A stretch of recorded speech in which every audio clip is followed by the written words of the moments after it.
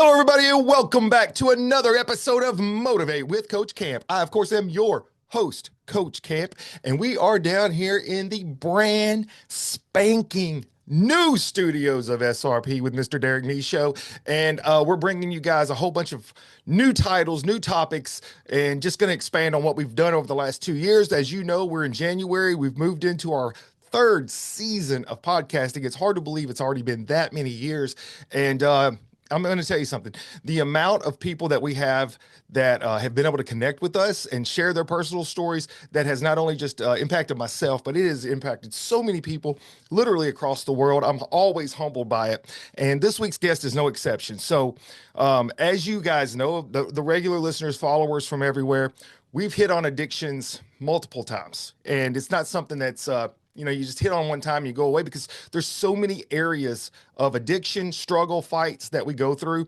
Sometimes it's personal journeys, which I've shared many of those, but then sometimes it's also that person that is in your corner that's going through that journey with you and how it impacts them. One thing we know is anytime you go through a difficult moment in your life, you're going to have people that love you, care about you. They're on that journey with you, and it's going to impact them. Well, my guest this week, he hails out of New Mexico. I had the pleasure of meeting this individual when we were on the Blocks, that TV show that just recently aired. It was a competition reality type entrepreneur show. And he and his girlfriend, just wonderful people. Got to know him a little bit while we were there. We've stayed in communication now for almost a year. And it's that time. I wanted to have him on. I wanted to have him share his story, what brought him down the road of entrepreneurship, because that in itself is a very challenging world. Anybody out there that's ever tried to run a business, you know what I'm talking about in that area.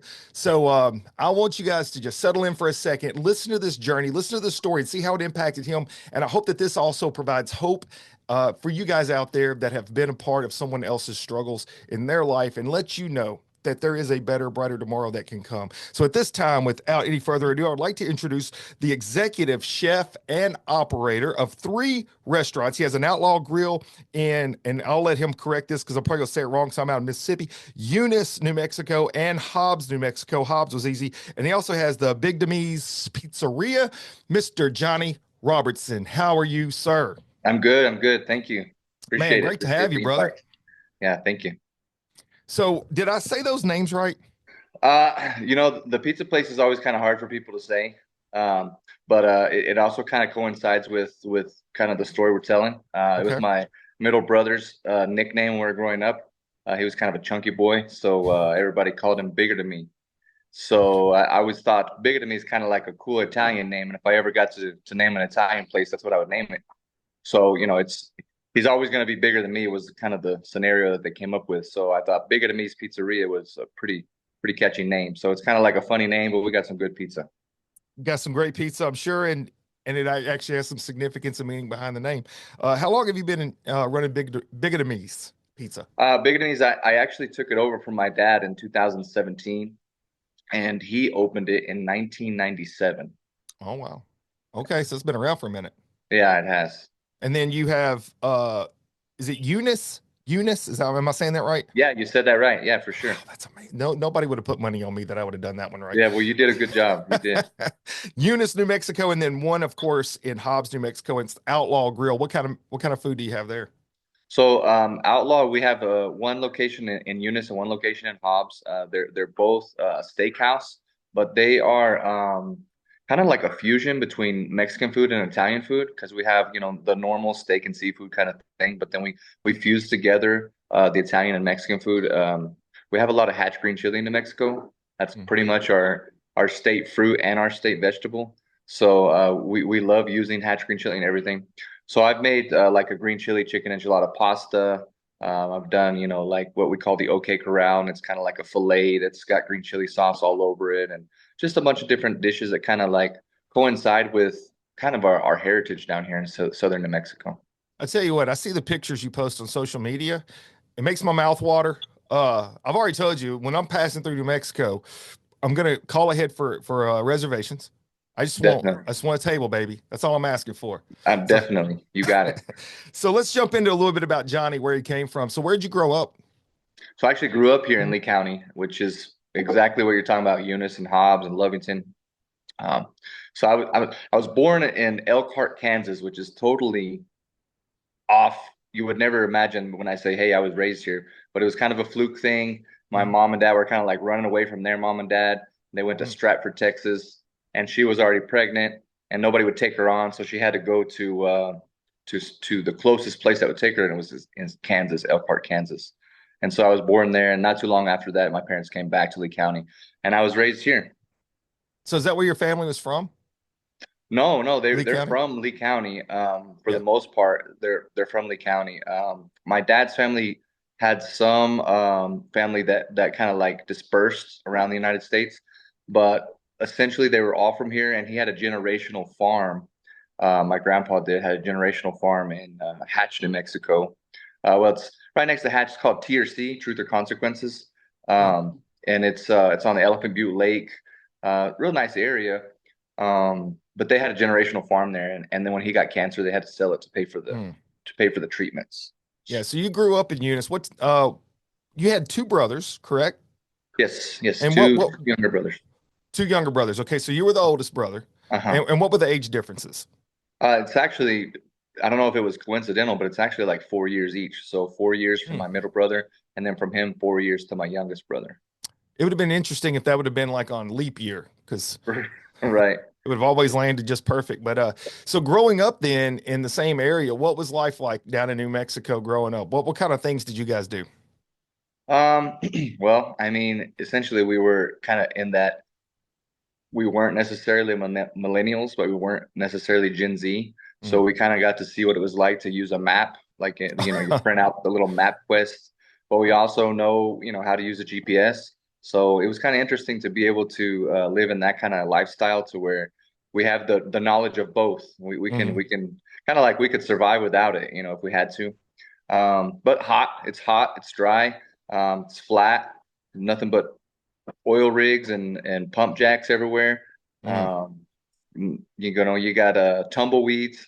I know a lot of people in when I went to school in Minneapolis, they said, "Hey, I have a question for you. I know you're from New Mexico. Are tumbleweeds real? Because we think that they're mythical." And I was like, "They're not mythical. They're real. They're all over the place." So, Yeah. but yeah, I mean, it's pretty much essentially a desert, and if there's not a cactus around you, it's a mesquite bush. Mm. You know what? I can tell you that I had the same thoughts about a tumbleweed. And then when I went to a tech school in Texas, the first time I'd ever been to Texas, I had to go down there and I was in the Air Force. And I'm driving down the interstate, and this huge wiry bush goes rolling past me on the interstate. I'm Uh-huh. like, that's a tumbleweed, just like in the movies. Just So like the movies. Yeah. it is very real, and they literally roll down the road. So Hmm. but thus the name tumbleweed. So it's not so clever. It's real. Yeah. Absolutely. So in New Mexico, I've been to Albuquerque. You're right. It is a very dry. It's very hot at times in the summertime through there. It's very hot.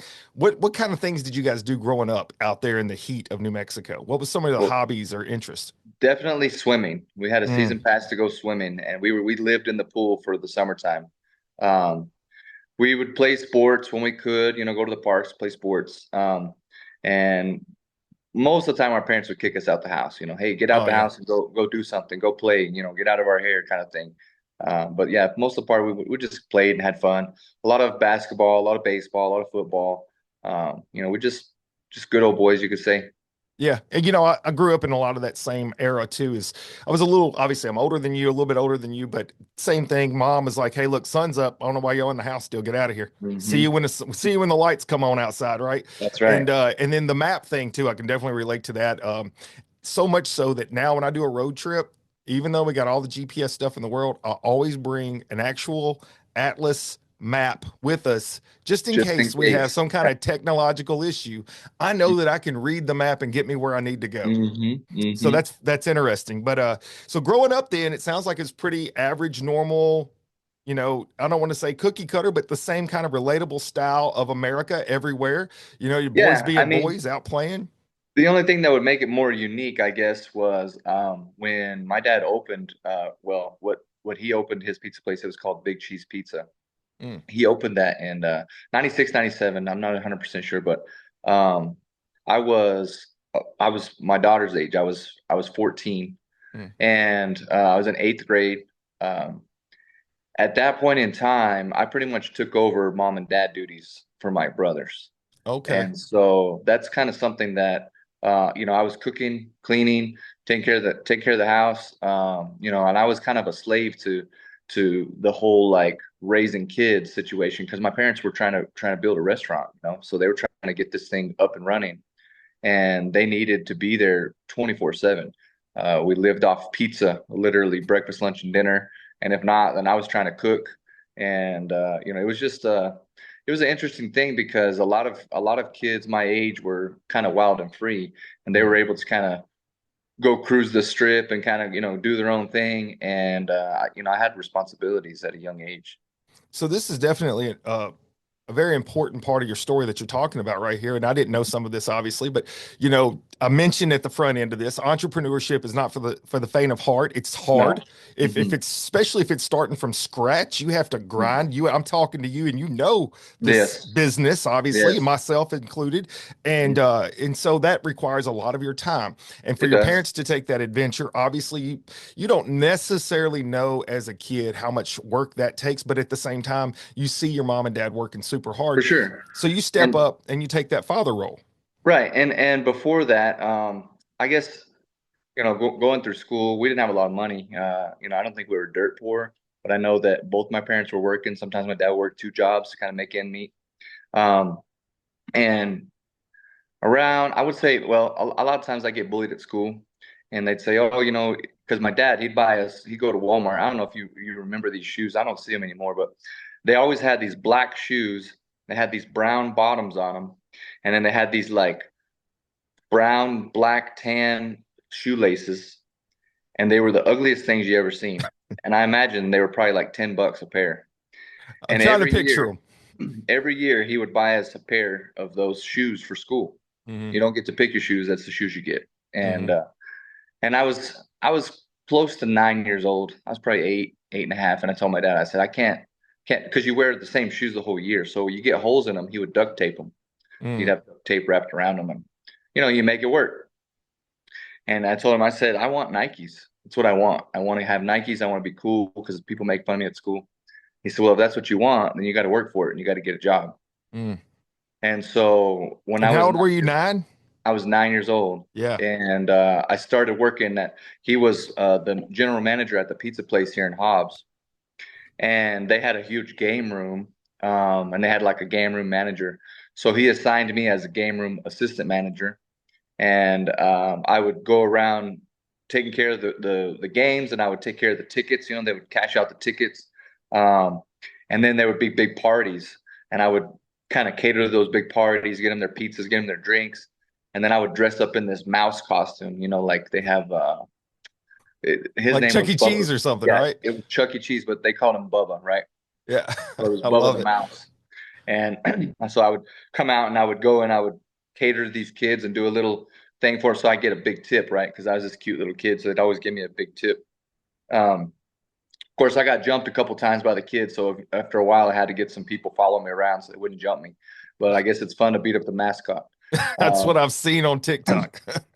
but I was able to get my first pair of Nikes, and that was kind of a real big eye opener of pride when I went to school, and everybody's like, "Oh my Mm. gosh, look at Johnny! He finally got some Nikes," and that was kind of, I guess I would say, those are some things that set me apart from the way normal people have grown up is having to go to work early, and then also raising my brothers from the age of 14. It definitely started to instill in you sense of responsibility and maturity that I would agree, a lot of 14-year-olds don't face that.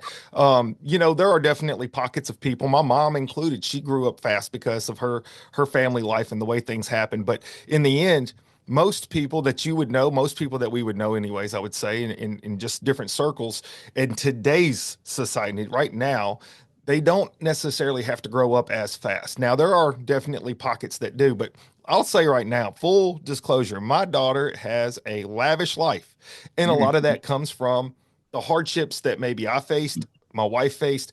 You don't want your kids to struggle the way you had to struggle. But what you're also saying though is an important life lesson that sometimes can be lost. And that Hmm. is the personal responsibility and accountability to work hard for those things you want. Don't expect people to give it to you. And whenever things don't work out the way that you hope they would or that you think they should, you can't be a victim by that. You got to learn the No, lesson and move forward. I And think you are I think doing that. it's created in me what you would call survivor mode, where if God's not going to do it for me, I'm gonna find a way to get it done, and if you're not going to help me, I'm gonna find a way.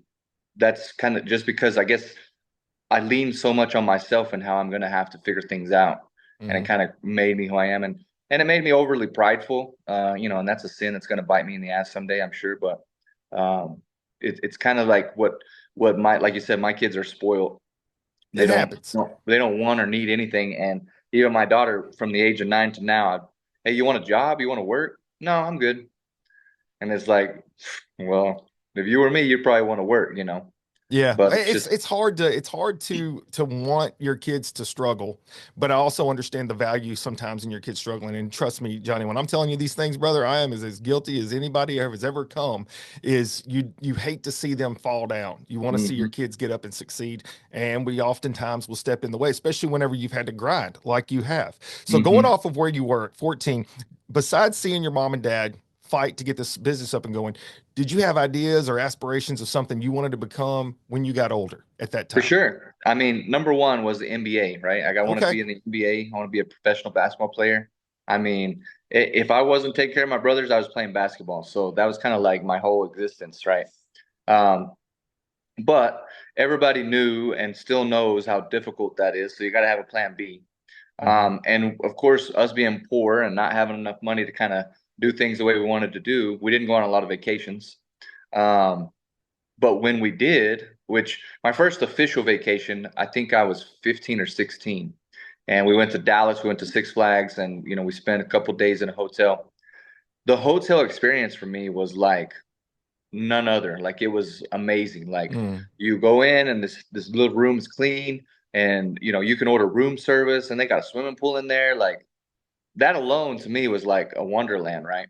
Hmm. So I thought when they were like, you got to figure out what you want to be when you grow up, I thought how cool it would be to own a hotel and live at the top floor and have a swimming pool on the roof and maybe have a couple restaurants. And then I could just live there, never have to do anything and just, never have to clean the house. The housekeepers would come and clean up my room for me.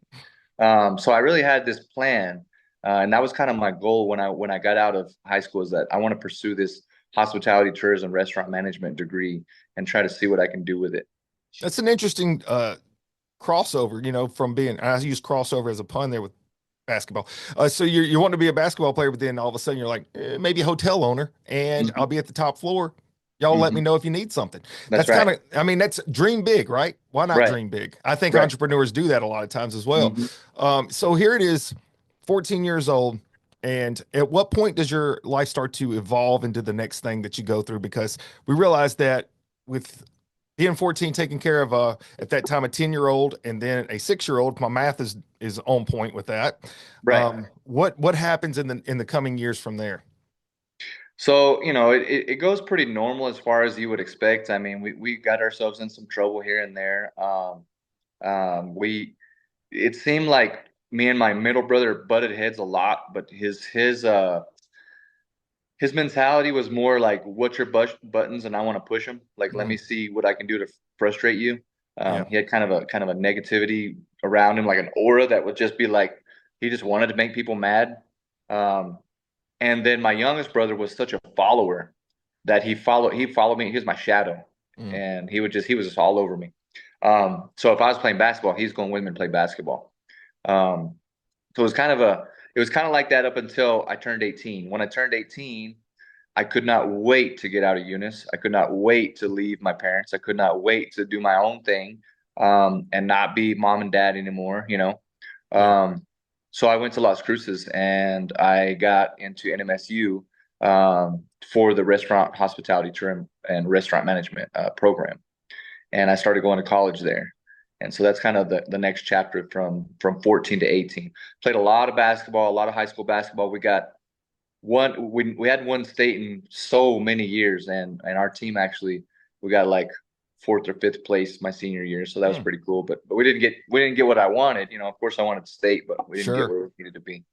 Yes. So whenever you go off to college, what's it like back home? And obviously you had influence in the food industry from your parents and being Right. around that restaurant. So what happens back at the house at that point when you leave? And I'm assuming you went off and stayed at college, right? Yeah, so Yeah. I went to college and I got a job as a furniture mover, and I was just kind of doing my own thing there. And during that process, that first year, I wasn't aware of what my brothers were getting themselves into. So you had no Um, idea. no, because neither my parents nor I had money to go back and forth to visit. Yeah. So How far was it to the college from your parents' house? not too far. It's about 5 hours, so That's it pretty wasn't too far. far. I mean, it's not Um, a day. It's not like you just go there and back home in the same day kind of thing. You gotta No, kind of no, but plan it. and also, I was telling Steph the other day, I said, hey, you know what's crazy? Because now everybody's got $1,000 car payment. Mm. And when I was 18, I had a 3-year-old truck and I was paying $189 a month. And I was struggling to make that payment. And so it was a lot of money issue. If I had the money to go home on a regular basis, I probably would have went home more often. Sure. Um, but during that time period, and I was unaware, and of course later on I figured out that my middle brother Michael started to get himself involved in meth, Mm. and he was 14 probably when he started. Um, and during that time period, which I also found, my youngest brother David, and this is a story that I was told by Michael, so I don't really know the truth Hmm. as far as there's three sides to every story. Sure. Um, but that he caught him in his room, and in order to prevent him from getting tattletaled on, he had to let David hit it too. And so And both David my was 10 brothers, and David at was the, 10, yeah. and so they were both smoking meth at the age of 10 and 14 during that year that I was at college. Johnny, let me ask you, when you were growing up at that house, were you around it? Did you see other people Oh trying to no, sell drugs or other people using no. drugs? So, Mm-mm. usually now I don't want to categorize this across the board, but usually there is a group of people that a person falls into. Now, you said earlier, which is a very important trait, that your youngest brother was a follower. And Right, those types of characteristics definitely show through very easily. You see the leaders, they will not follow. Usually a leader will not even follow the things everybody else is trying to do that are the right thing. They'll do the complete opposite because they're not correct. going to follow the crowd. But those followers, and it goes pretty deep sometimes, they just don't want to stand out. So they want to be on the end or they just want to That's fit right. in with the situation. So your And I, younger brother, in a yeah. way, had that situation going on with hmm the middle brother. I felt like he was my shadow when I left. He was like, "What do I do now?" Mm, And so then yeah. it's like, "Oh, well, there I got another big brother, so I'll just follow this guy." So And I did you kind of ever felt like, ask the 14-year-old, and if you don't mind me, just I don't know their names, but the middle brother, did you ever ask him where he got hooked up with these folks or how he got involved with that? I mean, supposedly it was just around, he would just be at the park and there'd be people Mm, doing it and he'd approach them, that kind of whole scenario. yeah. Um, So but when he started into that, how many times do you think he had done that before you found out about it? well, before I found out, it had been years before I found out that Oh, they were doing wow. stuff. Yeah. Wow. So Yeah. when you go off, he starts immediately on this, and you're saying years. So you're a couple years into college. Yeah, so I'm at NMSU for 2 years. Hmm. In that 2 years, all I did was party my ass off. I went, NMSU is in Las Cruces, and it's about an hour from Juarez, Mexico. Mm, And so I spent a lot of times, Thirsty Thursdays, $5 drink and drowned, just having a good time probably because I was so tied down at home. I didn't have the freedom. So when I hmm. had the freedom, that's what I was doing. So I was skipping class and I was doing everything I could to just have a good time and just live my life. Hmm. Um, so essentially, yeah, I got dropped out of my financial aid. I got dropped out of all this Hmm. stuff. And I went, of course, because of all that nonsense, I ended up losing my job. First and only time I ever got fired. I Mm. was 15 minutes late for like too many days in a row, and the boss let me go. And that was kind of like uh, a shock, Is that your just first big world wake up call? Oh yeah, for Mm, sure. I mean, besides like I got to be a grown up and pay bills, now I don't have a job. mm, So um I went right back into pizza, man. I looked everywhere for a job. I tried to be a server, and for a couple weeks, I couldn't get hired. And I walked right into a Papa John's. They hired me on the spot, and they're like, "Thanks for your experience. Let's put you to work." Mm. And they put me to work, and so I worked there for a couple years, worked my way up, and then realized that this college thing's not going to work out for me. So I went back home with my tail tucked between my legs and took my dad's restaurant over as a manager there. So how old And were you at that time when you went back home? so when I went back home, I was 20 years old. Okay. So then that literally is the time frame, right? So in those 2 years, the 14-year-old is getting into these areas that you didn't know anything about. Right. Do you think your parents had a clue? No, I No? don't believe they had a clue. I mean, from what I was told, they didn't know anything at Yeah. that point in time. My dad had next door had bought a building, and the building was just a big empty shell of a building. And he had this company come in and put a bunch of arcade games in there. And he had my brothers run it while I was gone, of course. And they were throwing parties in that thing Mm. and drinking in the back and just doing everything that they could do to be in trouble.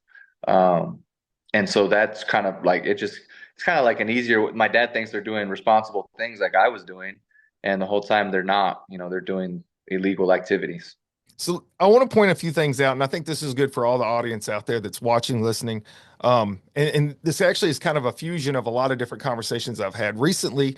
At the end of 2024, I had a guy on, and him and his mom were on, and he had been addicted to drugs for 22 years. And part of the story was his mom, they shielded it so well from her. Whenever they had interactions and they were young, she never had a clue. There was nothing that threw a flag. And one of the things that the mom pointed out was because she had never been around anyone that had been on drugs. She didn't Hmm. know anyone that had been on drugs. So there was flags that might have been obvious to some, but she had no idea about it. And so Right. it does sound like your brothers were doing a pretty good job of shielding that where your parents didn't know. And then Right. ultimately that's just growing. And there is a term they call latchkey kids. And the latchkey kids are those that they have they're kind of put in a position they have to grow up a little quicker than others. And sometimes those kids turn out fine, but sometimes they get in the wrong group and then they make bad choices and they start to go down this road. So when you step out of the picture, you go to college, nobody can blame you for that. That's what you got to do. You come back home. How soon was it you found out there was a problem going on, and what were your next actions? Um, so when I got back, I was kind of in my own world. You know, I brought my cousin, my roommate with me, and we moved into a house and we were just kind of like doing our own thing. And every once in a while my brothers might come over. And of course they'd attend a party with us or something, but I would watch them, make sure they don't drink and that kind of thing. But the whole time I didn't know that they were already probably doing worse things. Hmm. Um, so in all reality, that I was home for about a year and a half, I want to say Hmm. right at a year, probably a year, because I was 21, and that's when I decided I was going to give it another go. So at 21, I left and I went to Minneapolis, and I Oh went wow. to Le Cordon Bleu culinary school in Minneapolis, St. Paul. And my aunt lived up there, and so she offered me a place to stay. So I went and stayed with her and went to college. And to me, I think I was kind of young and blind to the situation. Like, these are not my kids. I already raised them enough. Like, I'm gonna do my own thing. Like, I'm not gonna focus on it. Um, and so I went and I left to college again. And I want to say around Christmas break, they came to see me, and it was Both brothers. everybody, the family Oh, came the up whole there to family see came up. us. Okay. Yeah. And I had heard rumors that my youngest brother David was smoking cigarettes, which little did I know he was doing way worse than that. Hmm. But cigarettes to me was a big deal because my parents smoked, and I wasn't a big fan of their smoking because, well, I'm allergic to it. Mm. And I didn't even find out I was allergic to it until I moved out of their house.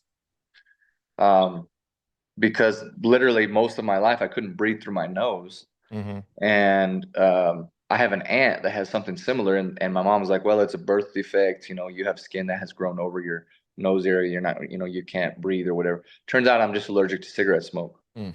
So I was actually able to breathe like normally when I got out of freaking my parents' house. Yeah. And so that really bothered me that my brothers, I spent all this time telling my parents not to do that, but my brothers were getting involved in smoking cigarettes. So I remember that they were leaving. I had just acted normal the whole entire time. And when they Hmm. were leaving, he went to give me a hug, my youngest brother David, and I socked him right in the stomach as hard as I could. The And he youngest fell, brother. yeah, he fell to the ground. And I told him, "You're better than that. Don't be doing those drugs. Mm. Don't be doing that, smoking cigarettes and doing all that crazy stuff. You need to be better. Don't follow into those negative people." And my mom was mad. She was so mad at me. She was so Mm. upset with me. I don't know why you're mad at me. Y'all need to be watching these kids so that way, they're not getting into these bad negative things. But that's kind of like when you talk about when did you find out what they were into? Clearly, here I am, 21, about 21 and a half, and I'm just thinking they're smoking cigarettes and how dare they? Yeah. Hindsight's always going to be 2020. And I Right, think too often we can reflect back on our lives and then feel guilt or feel like that there was something we should have seen or should have done. That's easy to say after the fact because then the all the stuff is out in the open. Well, it's not right, that easy when you're in the moment sometimes. And so right, that's why I like to share people's stories that don't mind coming on and being vulnerable like this because there's somebody right now that's going to watch this and right, they're seeing this and they're probably in that mode right now where they're not seeing some of the signs they should be seeing.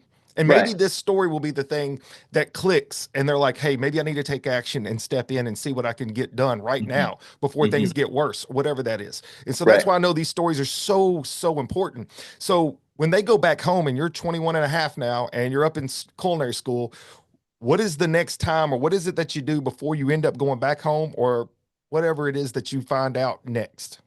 So, I pursued this college degree. You know, Being raised, my dad said, your brothers look up to you. They're gonna be like you. You need to make sure that you graduate high school, you get a diploma, you get your college degree, you get a career because they're gonna follow you and they're gonna be like you because you're the oldest. Hmm. Um, so I held that pretty heavy on my shoulders, like I gotta succeed no matter what. So I was going to school early, like 5:36 in the morning, was when class started, and class would be over around 3, and I'd go to work at 4, and I get off work around midnight and do it every day. And then there was a point where we had one class plus an internship where well, it was an externship, so it was offsite. So you had to work 40 hours a week, and then I had to work, but you didn't get paid for it. And Oh, then you wow. had to work at your other job, which actually paid you so you could make money to survive. So for a while, I was doing school, work, and work.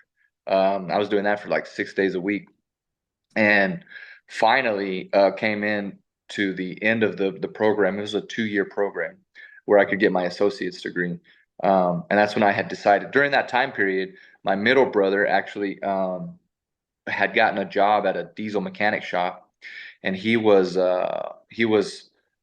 going and sweeping the floors and stuff like that. And I guess that was kind of like an intro position. Maybe he'll learn how to do something. Hmm. But he had also dropped out of school, so he dropped out of high school. Um, and it was kind of known at this point, I think, that he was doing drugs. But we didn't know that the youngest was doing drugs. Hmm. And during that year when they came up to see me for graduation, my youngest brother, so my middle brother's always been a big boy. He's always been overweight. And my youngest brother was skinny, like real skinny, but like me and him growing up, we were skin and bones. And in that one year, from the time I caught him smoking or whatever, that one year when he came back, he gained 150 pounds. Oh, wow. And I was like, what the heck happened to you? And he said, well, I want to be like Michael. I want to be like my brother. So, I've just been overeating so I could be just like him. Mm. And I don't know how true that was because to me that sounded like craziness. Like you sound like a crazy person saying Mm. something like that. Um, but during that time period, that's kind of what had happened. But while Michael was going to work one day, he was driving from Eunice to Hobbs. It's about a 30-mile drive.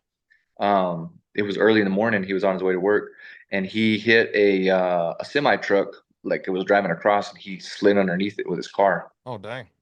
and it shattered his ankle. So they went through this whole court deal and they got like a settlement. And so he ended up getting a good chunk of change from that. And during this time period, I had moved from Minneapolis to Dallas. So I was probably, let's see, I was probably, I was probably 23, 24. And I had moved down to Dallas because the economy in Texas is way better than the economy in New Mexico. So I felt like it'd be a better opportunity for me to get my career going. Mm-hmm. Um, so I had been working for a while and I kind of had an experience on what I wanted to do and everything. And Michael got all this money, and I think he ended up getting like $400,000 or something like that. Mm. And I told him, I said, hey, I want to open a restaurant, and I said, I can get a loan if I have a certain percentage of money. If you'll give me a certain percentage of this money, which was 20,000 at the time. I said, if you'll give me $20,000, I'll make you my partner, and we'll be partners on this deal and we'll split it, like a financial backer. Mm-hmm. And he said, I just can't right now. I'm sorry. And I Mm. said, okay. I said, well, that's fine. I don't want to be a bother to you, but I just wanted to ask you because you got the money. Um, well, within a year, he had no money. Mm. He blew all that money. All he Did had was anybody else notice the frivolous spending? Because to blow through 400,000, it's crazy. if you don't have things like a Lamborghini out front or something, I it's Yeah, probably a little over top, but if but you don't have still, nice new things showing yeah, up, where's yeah. the money going? So he bought a brand new truck. He Okay. got himself a brand new truck. He bought a beat up old trailer house to live in, and then he just partied it all away. Mm. He just blew it all. And how old was he at this time? About 18, Yeah, 17, 18. 18. Mm-hmm. And so I can see this a little bit from from where you're seeing things. You go off and you're trying to make a life for yourself, and you've got to build your future. And you know that you're an influence, especially to your younger brother. And so you want to lead by example. And part of leading by example is showing that you can chase your dreams and you can work Mm-hmm. hard to achieve the things that you want. Don't sit around hoping it happens. Go make it happen. That's literally what you were doing. Mm-hmm. And then I see that as a real opportunity. A guy's got some money. All you have to do is invest. We'll go into this business together. I'll be making some money. You're going to make money just off of your investment. And as a young person, maybe you don't always understand the significance of that. But at that point, you had proven yourself in my Mm-hmm. book that you were taking it serious. You went and got some college backing on this, and you had some opportunities in Texas. And so when the moment comes that you realize that all this money's gone and it's blown, and I'm Mm-hmm. assuming you're still in Texas. Right. What's the conversations and what's going on back home whenever you get back there? So he actually had moved to Lubbock, Texas. Mm, He met some girl when he was partying, and he brought her down with him, and he was trying to support them. And so I didn't know what to expect when we went to go visit him.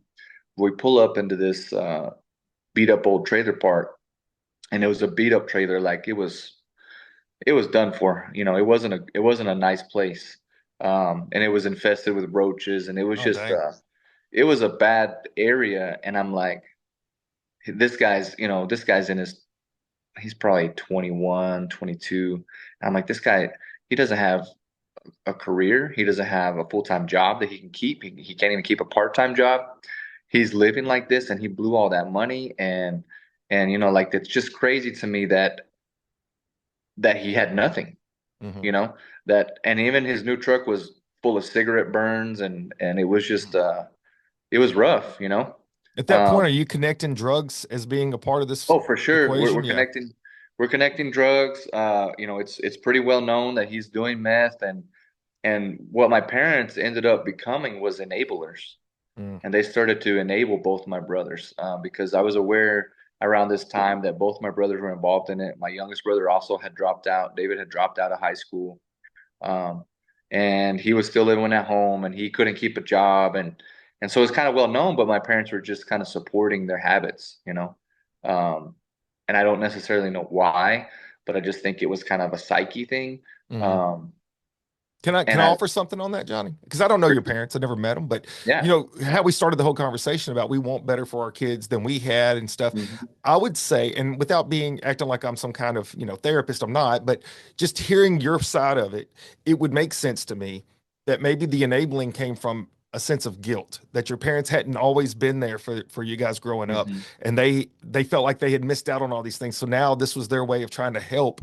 And ultimately, what you're saying is something that resonates with so many folks I've known that have had addictions is that they have somebody in their corner, but instead of them actually doing things that help them, they're doing things to enable them, but that's not how they're interpreting that in their head. So I think there's probably at least a piece of that was Right. going on with your parents. Yeah, and I held a lot of contempt for my parents for a long time because growing up when they were born, it was like you can't have milk because the milk is for the babies.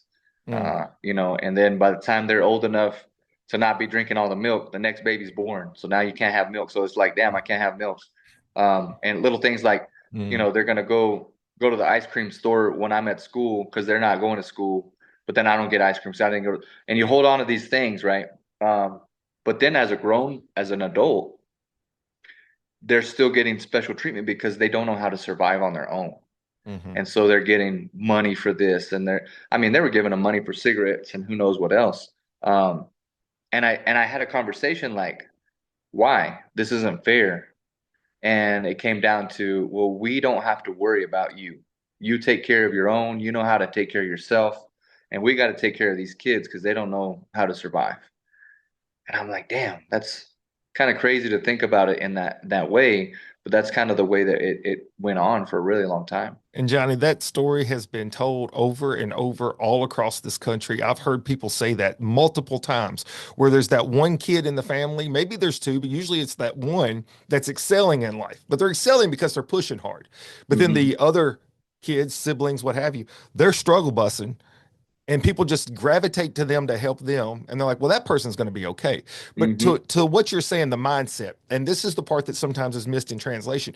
we it's easy for us to not understand, how do you not celebrate at least the one sibling that is making something of themselves? The whole Right. time you're just focused on the one that is not doing what they need to be doing.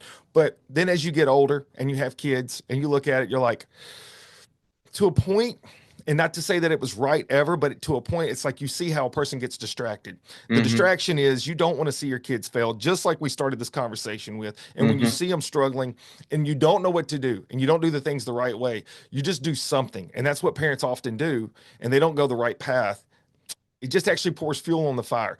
Hmm. One other quick, just additive to the story, because it's just time and time again. Stacy Dahl, one of my good friends, he runs several organizations now, very successful. But at one point in time, he was addicted to drugs and he was homeless. And his parents, he talks about how they were enablers. They kept trying to save him from himself. It Hmm. wasn't until they let him completely fall apart and hit what he refers to as the greatest gift of all, which was rock bottom. And he made the decision to fix himself. And that's what it Hmm. comes down to. Until that person makes the decision that they want to be a better person for themselves, it's really hard to penetrate that.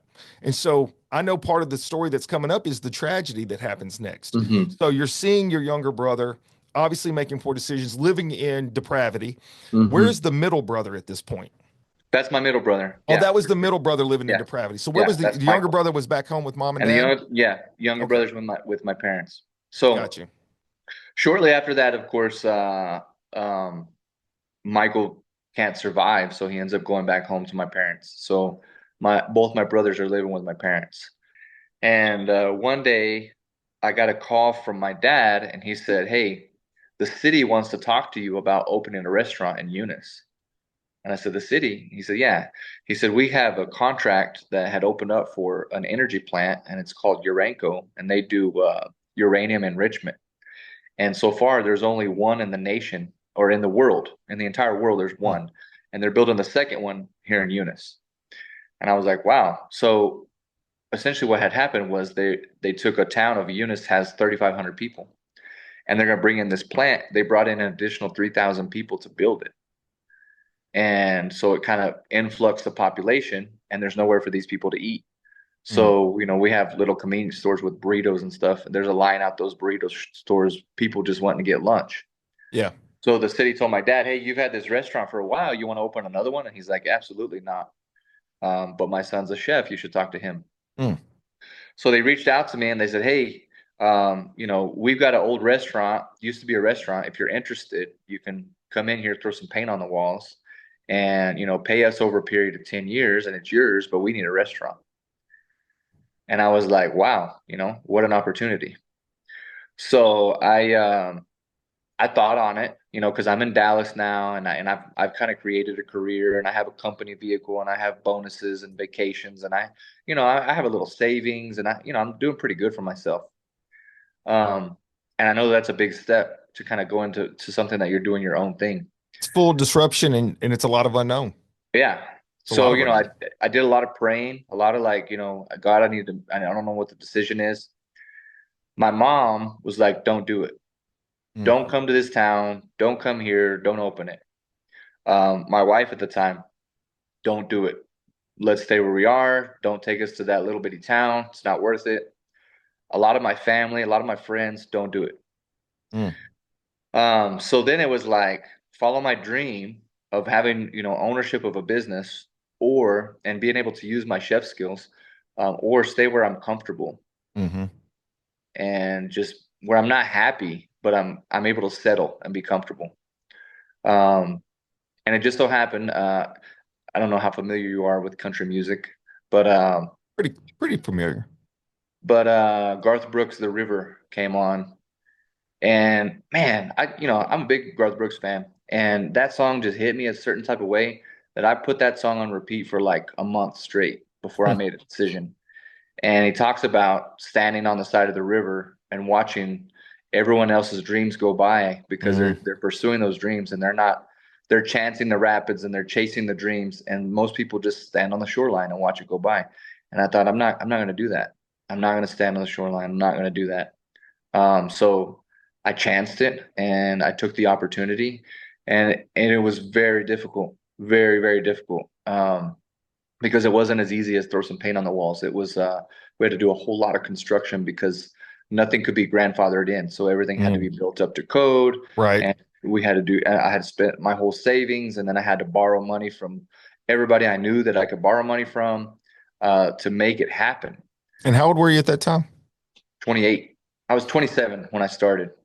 So you're 27, not quite even 30. And I'll be honest with you, most people in their 20s, now I'm not saying all by no means, but a lot of people I've known personally in their 20s, man, that's such a huge step and such a huge risk. Most Hmm. people in their 20s are not ready for that kind of responsibility to be thrown on themselves. So For that's sure. just kudos to you for even doing that. For So when sure. you're making that decision to come back home, you have all this work in front of you, you having to go around, borrow some money to get this thing up and Hmm. running, period. Where do your brothers fit into your life at this point? What's going on there at the family? So, so of course I don't speak to them because they're drug addicts, right? And I'm like, I'm not going to speak to these guys. I don't need that kind of negativity in my life. However, a lot of my decision was I've been gone for 10 years from Mm. my home. I've been gone from my parents, from my brothers. I haven't been existing for 10 years in their lives. And if I go back and I open this place, I can give them a job and I can save them. I can help to get them on the right path. So, it was kind of a thing that, hey, this helps me, but it also helps my family. And I kind of I've always felt some kind of like responsibility towards them because I was partly responsible for their raising. So if they ended up this way, maybe it's my fault, right? So I thought maybe this is my chance to help them out, to get them because I'm their big brother, they're gonna listen to me, right? They're gonna Mm. they're gonna change for me. So hand in hand, my career and my family life kind of coincided. And during that same time period, it just so happened that God blessed us with my daughter Holly. She was my wife was pregnant when we made the move. So That's some big changes, Johnny. I got a baby on the way. I got to open this Wow. business. Yeah, it was big deal. It was very stressful. Like I said, it was very chaotic and but I really believe that God puts us through these things on purpose, Hmm. and what doesn't kill us makes us stronger. I agree to that. So I had to go through those things to become better. Yeah. And it was tough. So it was very, very difficult to get open, even with inspections. And I mean, I had to write a letter to the senator of New Mexico in order for him to come down and get the building inspector to let me open because he was just dragging my chain and he was just, I don't know if he had, supposedly the rumor was he had some buddies who owned restaurants in the area and they didn't want me to open. So it was kind of a hassle. Mm-hmm. So we finally opened Friday the 13th, January 2012. And I have my brothers working for me. Well, before that, if we go like the whole year of construction, my youngest brother would come in and he would help me because he was going to work for me. And his name's David. So David would come in and he would help. And he would bring his little friend with him. He had a little druggy friend. And I told him, hey, instead of doing drugs, you guys come here, y'all help us work all day, and then I'll feed y'all. And then, come back tomorrow and we'll just keep doing that. Mm-hmm. And one thing I hadn't mentioned to you is that my brother we never really knew what it was, but it wasn't narcolepsy, but he would just fall asleep. Mm. Like he would just sleep for a very long time. In the middle of conversation, he would just fall asleep. But we had him test for narcolepsy. He wasn't narcoleptic. But what they did say is that his heart was bigger than it should be. Mm. And because his heart was bigger, they said that it was busy pumping so much blood that it made him tired. So anyways, Yeah, I'm saying that one part because of that I can say is that an enlarged heart will also, depending on the person themselves, but it also will decrease oxygenation in their body because it's not able to pump as efficiently. right. So that would play into the brain and them obviously losing consciousness. So there's a lot of things there Yeah. that tie together, obviously. So growing up, he would just fall asleep and we just Mm. thought it was cute and funny. And then as he got older, we're like, oh, this is probably a serious thing that. Yeah. But the reason I tell you, we would do construction, and one day everybody showed up at 6 a.m. and we're digging ditches and trying to lay the plumbing down. And my brother David showed up with his friend, and he said, "I'm gonna go on a smoke break." And I said, "Okay." So he goes to this. There's a building next door that doesn't have a roof, and that's where they would smoke at. And I didn't know that they were out there smoking. And after about a while, an hour goes by, and I'm like, "Where's this guy at, man?" So we looked and we couldn't find him. Mm-hmm. So we just kept working. Maybe he ran off. I don't know. So we kept working, and then we went and ate lunch, came back, worked all day till the end of the day. It was a hot day, and I was locking up, and I went to lock that side door, and I saw my brother David out there. He was sitting in a chair, just Mm. asleep. He had been asleep. He slept like 8 hours. Woke up, came to work, took a break, went outside, and then he slept an additional 13 hours outside. Oh, dang. He was just sunburnt. He was just Jeez. burned up. But I was like, man, I don't know what kind of drugs you're doing, but that's not normal. What you're doing, that's not a normal thing, to be Mm. sleeping like that. It's crazy. Sure. Um, anyway, so we opened on January 13th and we shut down on January 13th. We were overwhelmed, crazy busy. Mm. Um, Nobody knew what they were doing.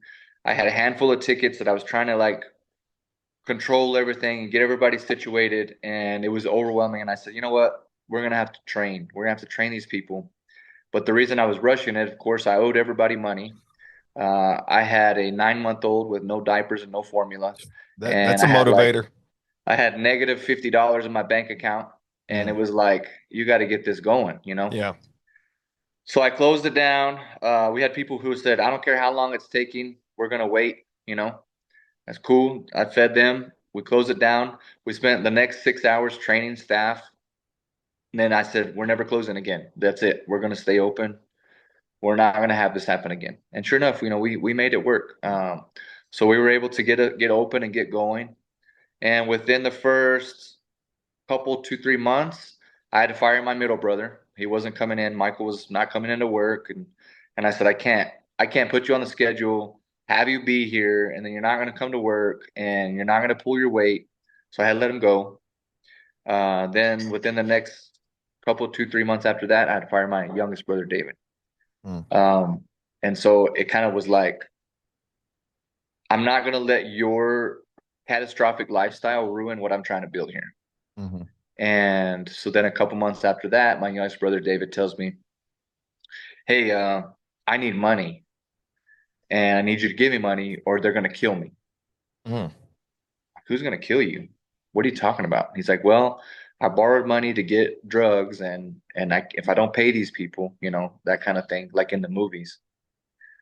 And I told him, "I'm not helping you." I said, "I'm not helping you, and you need to figure it out." I said, "Because it's not my responsibility." And I said, "If you got yourself in that situation, you got to get yourself out of it." And we didn't talk after that. He didn't Mm. speak to me probably for about a year. So this was 2000, 2013. So 2013, um, I wasn't speaking to either of my brothers. And my mom calls me and she says, "Hey, your youngest brother, David, he's in the hospital. He's got pneumonia. Um, he might not make it through the night." Mm. How old was he And at that time? he was 21. He was 21, Mm. I believe. And so I said, "Well, I'm gonna take my daughter Holly and I'm gonna go and we're gonna say goodbye because this is it." So we go to the hospital and we're talking and hanging out and I tell him, "I don't hate you." I said, "I know we haven't talked in almost a year." I said, "But I don't hate you." I said, "I love you. I just hate the things you do. I wish you didn't do the things that you do." And so we said our goodbyes and we left. And that night, I don't know what had happened, but they airlifted him to Lubbock, and he made it through the night. He lived. They whatever they did, he survived. So that little guy that he had hanging around him all the time was kind of like my new right hand man. And of course, he had been on drugs, and that year that we were doing construction, he got a girl pregnant. And I set him down. His name's Joey. I set Joey down, and I said, you're screwing off all this opportunity I'm trying to give you, and you got a baby on the way." And I said, "I know you're doing meth. I know you're doing drugs." I said, "You got to get clean of that stuff because you have a baby on the way. It's time to man up." And, I gave him a tour of the restaurant. I talked to him about what he could do and what he could achieve. And something clicked and he got clean. Yeah. And he did it for his children, and he stayed working for me and he, really pursued living a clean life. Um, but he knew that my brother David was his best friend. He knew that he wasn't clean. So, that was a problem for him. But after this visit in the hospital, my brother David goes to him and he says, "Hey, I want to work for Johnny again." He said, "But, and I want to be, what do you think it's going to take?" So Joey asked me and I sat down with him and I said, "Well, you're going to have to be clean of drugs, no drugs. You can't do drugs." And I said, "Joey's done it. I know you can do it." And he had this fat Jesus look to him. He was a kind of a fat guy, but he had a beard and he had long hair. Hmm. And I said, "You got to cut your hair and you got to shave your beard." I said, "I don't, we don't do facial hair at the restaurant." And I said, "You're gonna have to cover." He had a big tattoo. I said, "You're gonna have to cover your tattoo. We don't do visible tattoos either." So he said, "Okay." So that next day, maybe the next week, he came in fully shaved, ready to go, and he went to work. And he worked a lot. I mean, he was working many hours a day, and he would tell me, "I don't want a day off. I want you to work me because if I have time at home, I'm going to want to do things I shouldn't be doing. So keep me at work." And so I did. I kept him at work, and he ended up really working himself into a leadership position and doing really good things. On the opposite side of things, my brother Michael um, was on a probationary period for who knows what he had done. He ended up getting in an altercation with his wife, and then he got sent to prison for the year. Mm. So during that time period, my brother David was kind of free of anybody bothering him with, bad influences, and it was just me and him and Joey, and we were just doing our thing at the restaurant. We were kind of building this restaurant up. Um, so literally, as soon as my brother Michael gets out, he's right back into meth. He's right back in my parents' house doing meth. Of course, my brother David lives there and he's doing meth. And then no, he's not doing meth yet, but he has a friend that he was living with in Lubbock that moved in with my parents because my brother vouched for him and stuff. And then so these two guys are doing meth, and then they're offering it to my brother David. And one thing that I have heard is that from Joey is that when you do meth, you can't turn it down if you're around it. Mm. That no matter how many years you're away from it, when you're around it, you can't turn it down because there's this euphoric feeling that it gives you, um, and you can't turn it down. So I didn't know, and I wasn't aware that they were doing these things. And apparently he was. So I told my parents, I said, "Hey, you got these guys and they're doing meth. David was clean, you know, and the doctors literally told him the year before that if he kept doing drugs, that he was going to die, that Mm. his heart couldn't handle it, that his heart it was now double the size that it should be." And I said, "So you guys need to do something about it." So they said, "Okay, yeah, we're going to take care of it and we're going to figure out a solution." So the following week, we we had a normal work day, and he had this little girlfriend that he had picked up at work, and he was kind of playing stepdad to them. He was 22, so he had really done some horrible things in his life to this point, but I felt like he was at a point he's ready to grow up. He's ready to kind of like do some big boy things. Um, and he told me, "Hey, I've been working so much. I want to take this girl on a date. Do you think I could take Thursday off?" I said, "Yeah, I would give you Thursday off, but there's nobody to cover you. I'm gonna have you work." He said, "Okay." He said, "That's fine. I'll work." So that day we worked, and man, we had a good time working. I mean, it was kind of like work, but it was kind of like fun where we were singing and kind of just messing around. We had a really good day. And near the end of the day, I sent him home early to spend some time with his girl. And then him and Joey went out and they just had a night on the town and they just had a good time. They went and played the claw machine at Walmart. They just kind of Mm-hmm. done their own little goofy thing. So the next day, my Joey would go wake him up because he was such a deep sleeper. He had to wake him up for work. So he went to go wake him up, and Joey calls me and he says, "I can't wake your brother up, man. He's snoring, and I don't know, man. I got to get to work. I'm gonna be late. Can you wake him up and bring him to work?" I said, "Yeah, I'll wake him up," because it was kind of a normal thing. So I went to the house and I walk in and I hear his alarm going off and I'm yelling at him and he's not answering. So I'm like, man. So I turn off his alarm and I do what a brother does and I smack him around the face a couple times trying to wake him up. And he doesn't wake up. He's just snoring away. I'm like, what the heck, man? That's so weird. So I stand up over him and I'm looking down at him and I reach down and I open his eyelids and his eye, it's like he looks into me, Mm. like our souls connect almost, like we really connect and see each other. And so I felt some type of way about that because couple 2 3 months before that we were talking about our biggest fears, and I said, "Hey, what's your biggest fear? Like, what are you most afraid of?" And I thought he was gonna say like spiders or snakes or something like that. And he said, "I don't want to die alone." Mm. And I thought, man, for a 22-year-old to say I don't want to die alone is my biggest fear, that's kind of, I don't know, it's kind of crazy to me because a young guy, you're not You're afraid not of death. usually thinking about, yeah, you're not usually thinking about death. Yeah. Right. So it's just crazy because once I felt like he's seen that I was there, Mm-hmm. he stopped breathing. Mm.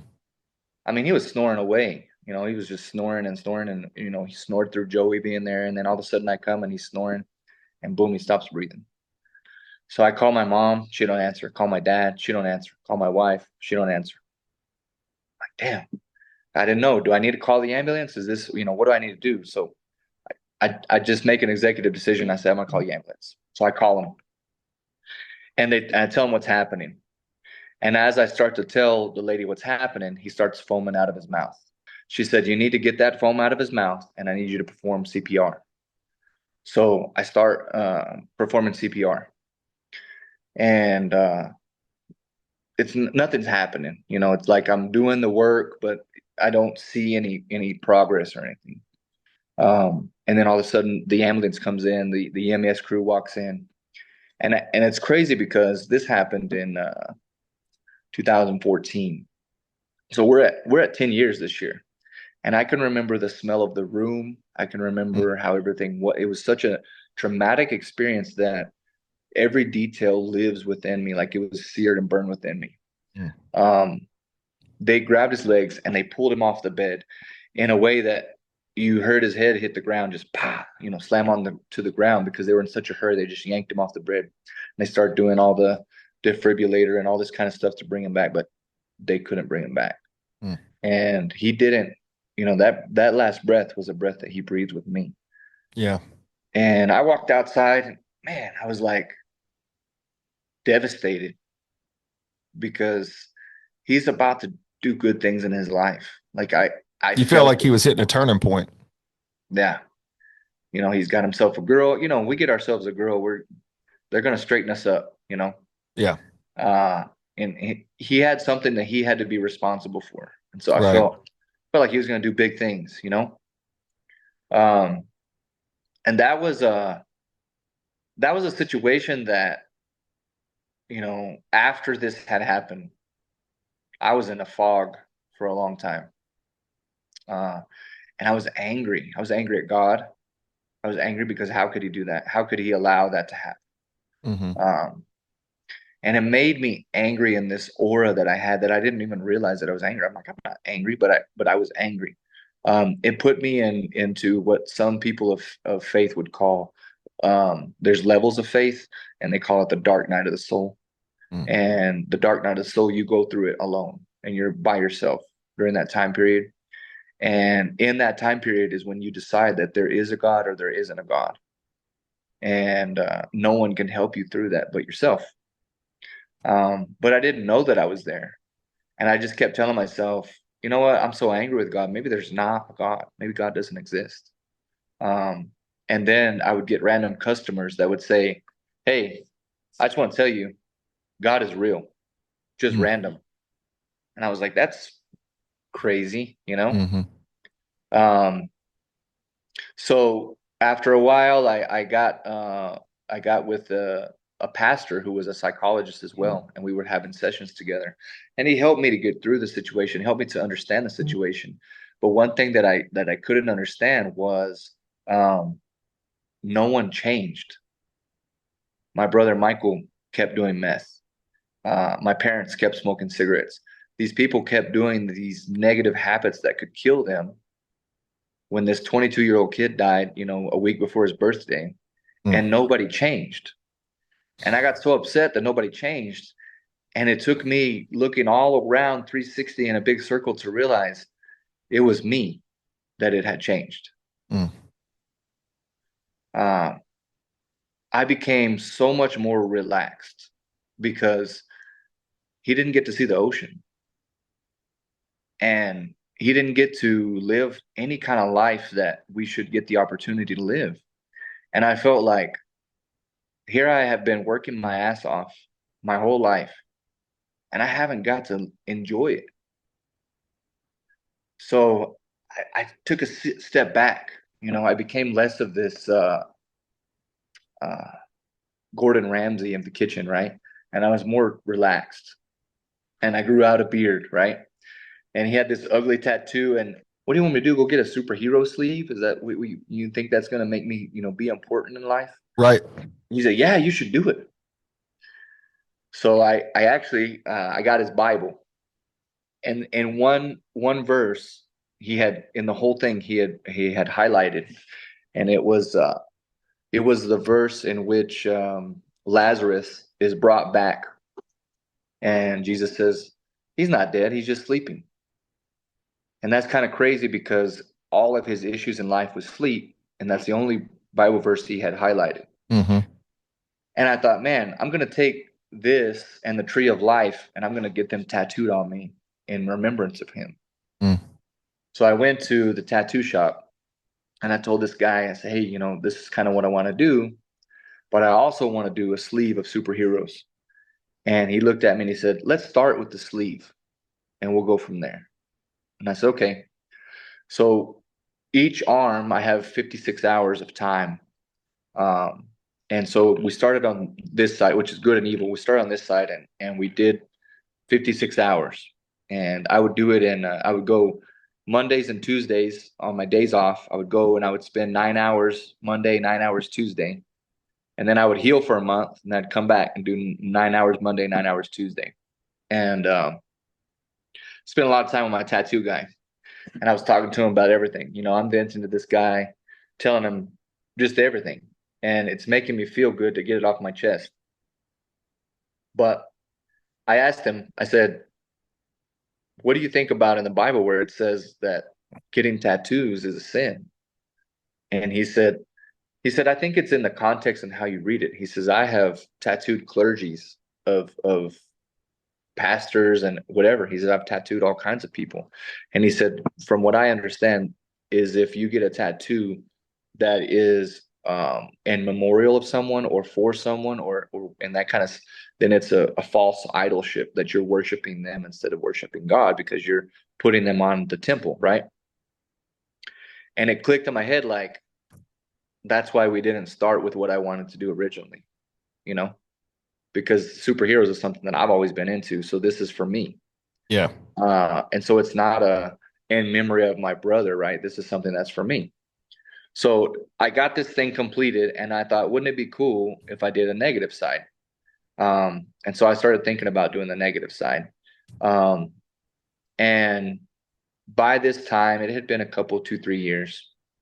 And by this time, I have opened up in Hobbs. I got the location opened up in Hobbs. I was able to purchase Big Cheese from my dad and change the name. And actually, when I changed the name, um, I changed it to Bigadamies for my middle brother, Michael. And we did a caricature of me and my brothers as the logo. Mm. And that was kind of like an ode to my dad and his legacy. Like, hey, this restaurant's now 28 years old. You started it. It raised us. We lived off the pizza that fed us. And if nothing else, my brother David will be memorialized in it with his picture as the logo. Um, so I want to say 2017, no, 2018. Nope, I'm lying, 2019. In 2019, my brother Michael called me and he said, hey, I don't feel good. He said, can you take me to the hospital? And we hadn't talked in a long time. I'd been avoiding him because I had some personal demons I was dealing with, and I'm trying to run these businesses. And then I don't need his negativity. He's got this negativity, that aura that kind of surrounds you, and I just didn't need it. And he was living in a camper outside my dad's house, and I told him, Dad's right there, man. Call Dad. I said, I'm all the way in Hobbs. I can't get to you. Call Dad and talk to him, see what he can do for you. So he called my dad. My dad said, hey, do you want to go to the hospital? And he said, no, I think I'm all right. Maybe I can get a breathing treatment and I'll be fine. He was sick, like with some kind of, I don't know if it was pneumonia or what. He was sick with some kind of chest cough.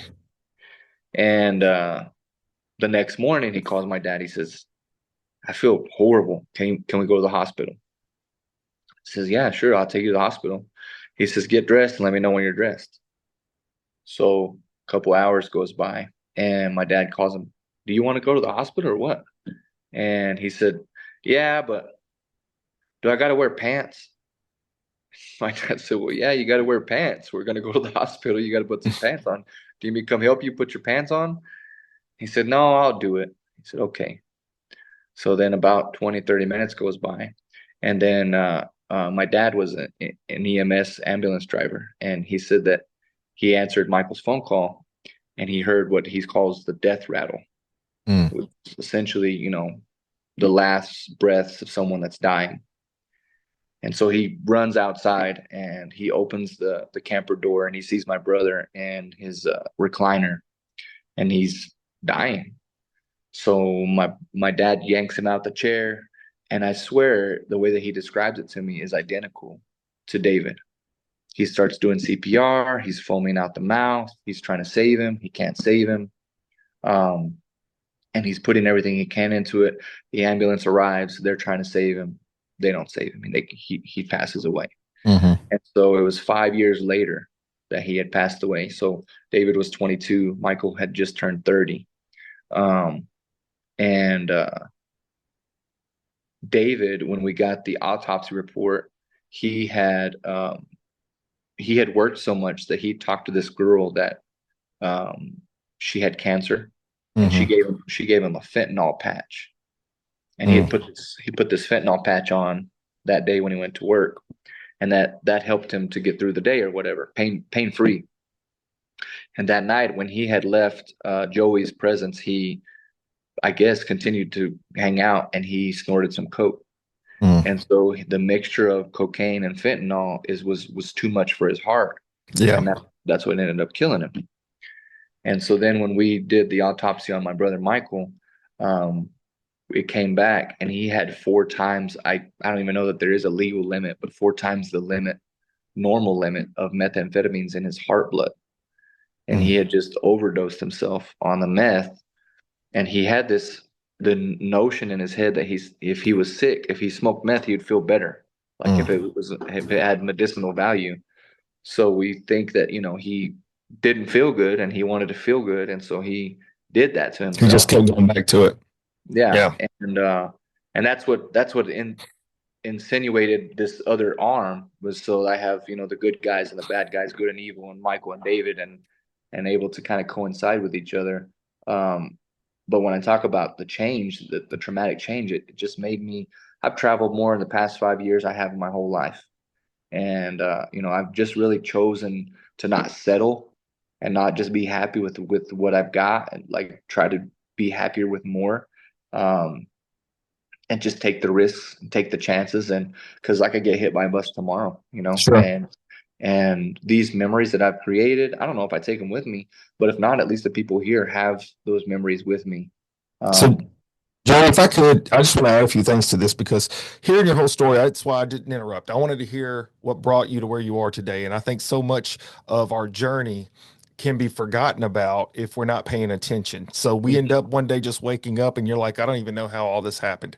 For you, you had such big moments, and our lives are often just put in little snapshots, little clips, and those are the memories you have. But for you, you had such big things happening in your life that it started to really mold you in a way that could have went either way, to be quite honest with you. For a person to have gone through the things you've gone through just from being young, and I'm just putting a little tie on this thing here as we get close to the finish line, but it's like you went through the episodes of where you had to grow up quick and be mature, and then you move off and you try to find yourself, and you go to college, you make decisions that every 19, 20-year-old would probably go through, where all of a sudden now you have this freedom. So you start making some mistakes, you come back home, you hit reset, you go back out into the world, and you start to figure it out, and you realize you've got to pave the way, you've got to figure things out, because if you're waiting for someone else to do it, it's probably not coming. And for those out there that are hearing this right now that have been in that rut, realize it doesn't matter about the mistakes of the past. It's about what do you start doing about it today. Today is the day you got to start moving forward, and you did that. Along the way, you never lost your love or desire to be a part of your family's life, but you realized if you kept being a part of that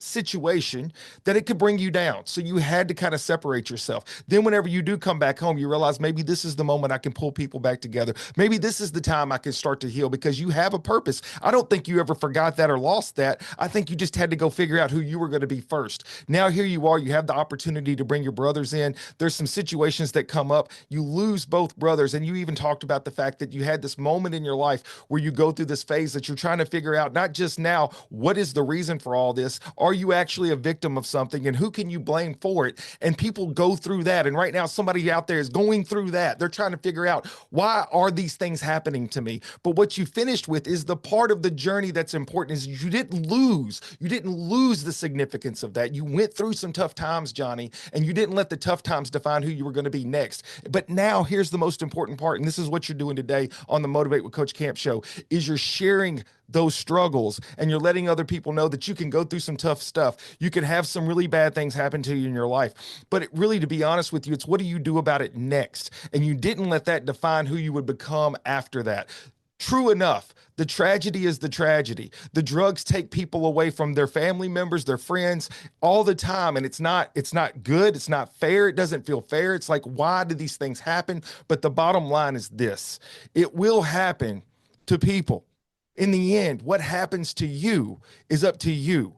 You can try to step in. You can't always change a person's direction. They have to want that for themselves. They have to want that. That's what I talked about with Stacy Dodd. He hit rock bottom and he realized he had to change his life. That's what your brothers never got to that point of. The fact that you were able to tell their story today is a great testament, not only to the struggles that maybe they went through that somebody else might be going through, and let them know, get out of it now. You have to make that decision, but that you just kept going. And the bottom line, Johnny, I love the fact that I know this next part about your life, and I just want to hit on it and get your take as you wrap up, is now here it is. You have 3 successful businesses.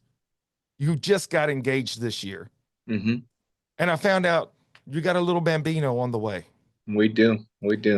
Johnny, if you'd have given up any of those years prior, you wouldn't be here today for the next part of this beautiful life that you're going to develop and bring. I can tell you 100%, God is real. He works in people's lives, and sometimes things happen and it doesn't make sense to you, but there is a higher purpose for that. And I think that you're starting to find that and you're moving forward from it. Your story is going to be profound. We do have to wrap. What would you leave my listeners with? I think the most important thing that I would leave people with is, like you said, don't give up. Don't sell yourself short, because you don't know what's going to happen tomorrow. And it's very, very important that you just live life to the fullest and just find a way to just make the memories with those you love, because you just never know. You just never know. And there's been many times that I wanted to just call quits and give it up and think that I'm not in the right place. But in the end, I know that I'm where I'm supposed to be. And everything that's happened to me has helped me to help others in certain situations that I've been through. And I think that we learn from these things and we grow from these things and we teach others how to get through these things. Absolutely. You're absolutely right. We're not guaranteed tomorrow. Live in the moment, have the biggest impact you can, and then use your story to help others along the way. And that's the true gift. Johnny, I wish we could talk more. We are at the end, and I know my producer's got to check out of here, but look, I want you to know something, man. Your story is profound. People need to hear these things, and they need to know that they can have a better tomorrow if they start working toward that. There is a purpose for the stuff we go through. Brother, I love you, man. I wish you nothing but the best for you and your family. And when I'm in New Mexico, I'm going to stop in and I'm going to get me a bite to eat. Looking forward to it. Thanks for having me. I appreciate it. Thank you, Johnny. To my listeners, I want to thank you for tuning in. I'm going to ask you right now, go to my website, motivatecoachcamp.com, subscribe to my YouTube channel, continue to tune in. And until next time, Coach Camp out. I love the chase and the hunt, and I set the pace when I'm running. I always take what I want and I always give it 100. Don't need a bank, no, I'm funded. Play the game like it's nothing. I'm always thankful for something. Don't take for granted, stay humble. Now wake up, it's time to look at the enemy. Look in the mirror if he is no friend to me. It's not working out, maybe it's the chemistry. It's time to break up so I can make a better me. Better believe in your mind, cause it's everything. You can mold, shape,